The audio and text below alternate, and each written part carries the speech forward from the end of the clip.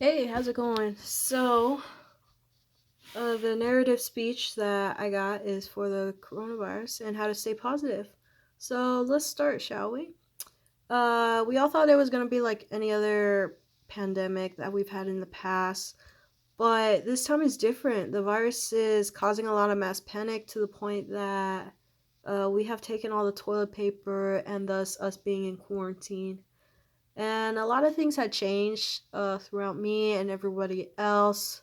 Well, I'm going to talk about how all of that is positive to me and how everything has changed in a positive way. So, one of the things is that my family has found ways to cope with the quarantine, and we have set a lot of new rules in the house to ensure the safety of others. And I asked my brother, I interviewed him and I asked him how the quarantine affects him and how the whole situation is going on through him. And he quotes that this doesn't affect me. I've always been an indoor person. And to him, it doesn't really change as much because, well, he's an introvert. He's always been inside and it doesn't really affect him at all. And he also says that he doesn't want to go outside anyways. So the quarantine isn't really affecting him at all, unlike me and other people who love to go outside and get to meet people. And as a pastor's kid, we also had to deal with church during this time, and I don't get to see my brothers and sisters, which is sad. But the good thing is that we go online and post our services and have people interact with our live streams, which I think is awesome. That we could be able to send encouraging messages to other people, which I think it's one of the positive things that has happened. That we are able to send encouragement to other people online and through social media and all that. My job has taken a lot of measures in the safety of employees and customers.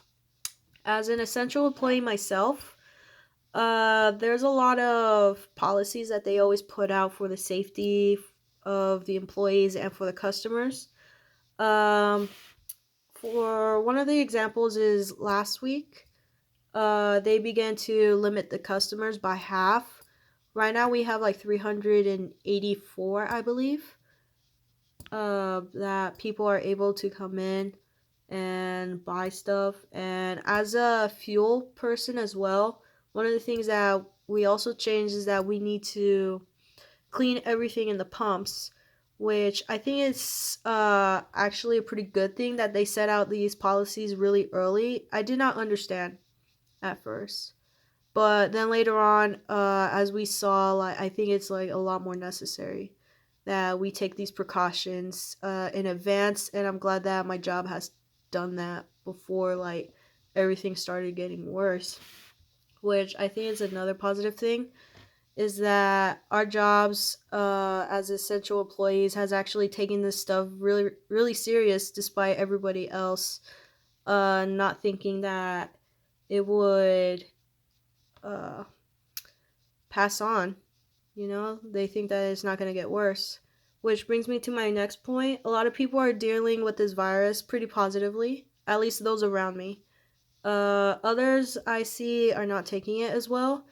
And here's what I mean. I see a lot of people outside without mask or without any protection, and that kind of tells me that they don't care and they don't really take this really seriously despite like everything that's going on.